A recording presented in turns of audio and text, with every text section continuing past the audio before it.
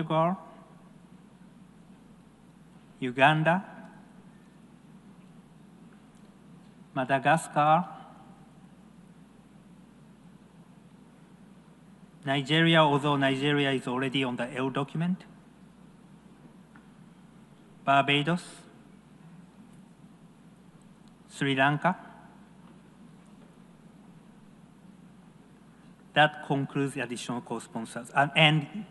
Guinea has just pressed a button. Guinea is also a co-sponsor. Thank you, Madam President. I thank the representative of the Secretariat.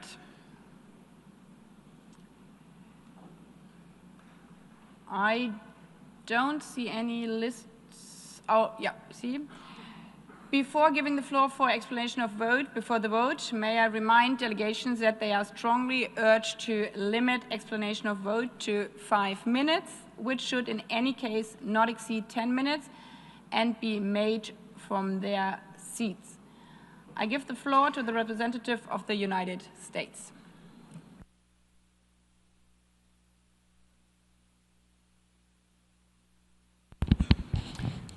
Thank you, Madam President. Colleagues, U.S. opposition to this resolution should come as no surprise. The Trump administration has been clear. We must hold the PLO and Palestinian Authority accountable for not complying with their commitments under the Oslo Accords, some of them very basic, and for undermining the prospects for peace. It is clear that the Palestinian Authority and PLO have failed to live up to these commitments and are not credible partners for peace. The Palestinians committed to renounce the use of terrorism and all other acts of violence. However, despite its claims to the contrary, the Palestinian Authority continues to reward and incentivize terror by continuing its pay-for-slay payments to terrorists and their families. This heinous practice must end. The Palestinians must consistently and publicly repudiate terrorism, including the October 7 massacre, without equivocation, and end incitement to terrorism in education, as required by U.S. law and as promised by the PLO. The Palestinian Authority still fails to directly condemn terrorist attacks against Israeli civilians, including the September 8th attack against the Ramot bus stop in Jerusalem that killed 6 Israelis. Indirect condemnation or statements that reject the targeting of Israeli civilians while simultaneously falsely accusing the Israeli government of committing genocide do not meet a reasonable standard of condemning terrorism. The Palestinian Authority must also end its attempts to internationalize the conflict through lawfare campaigns, including appeals to the ICC and ICJ, and its efforts to bypass negotiations to secure the unilateral recognition of a conjectural Palestinian state. Both steps materially contributed to Hamas's refusal to release hostages and to the breakdown of the Gaza ceasefire talks. The United States remains open to re-engagement that is consistent with our laws, should the PLO and the Palestinian Authority meet their obligations and demonstrably take concrete steps to return to a constructive path of compromise and peaceful coexistence with Israel. Thank you. I thank the representative of the United States. We have heard the last speaker in explanation of vote before vote. The Assembly will now take a decision on a draft resolution A/80/L2/revision 1 entitled Participation by the State of Palestine during the 80th session.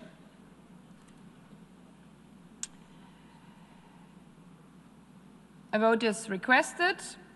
A recorded vote has been requested. We shall now begin the voting process.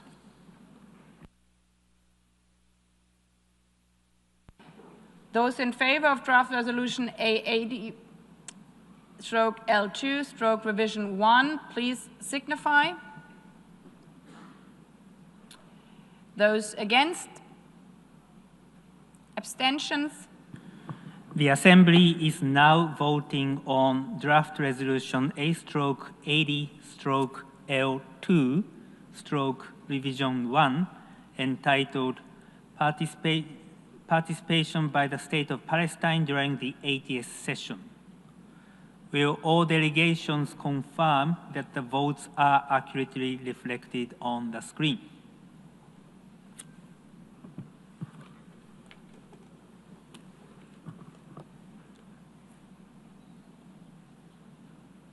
The voting has been completed. Please lock the machine.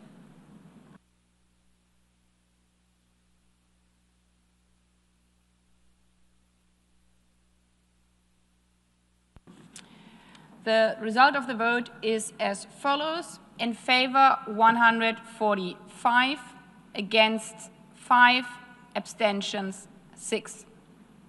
Draft resolution A/80/L2/revision 1 is adopted.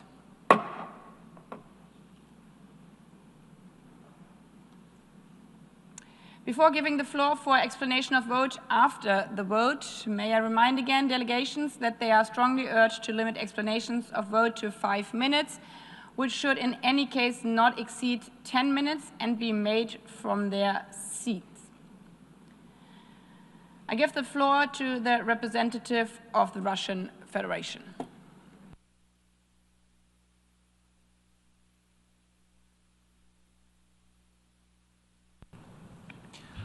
Thank you, Madam President. We supported the draft resolution of the UN General Assembly on the modalities of the participation of the delegation of Palestine during the general debate, as well as high-level events during the 80th session of the United Nations General Assembly as an extraordinary and urgent measure, which was adopted under exceptional circumstances. The situation with the denial of granting an entry visa to a head of state, literally on the eve of high-level week, is unprecedented. This approach, undertaken by the host state of the United Nations, flies in the face of the United Nations Headquarters Agreement.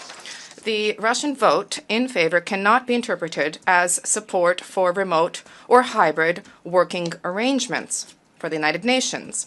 We continuously and consistently advocate for normal, in-person working arrangements. The establishment of artificial obstacles for this, including the failure to issue entry visas, is unacceptable. The position of the United Nations General Secretary General on the matter of visas has long ago been set out and is well known.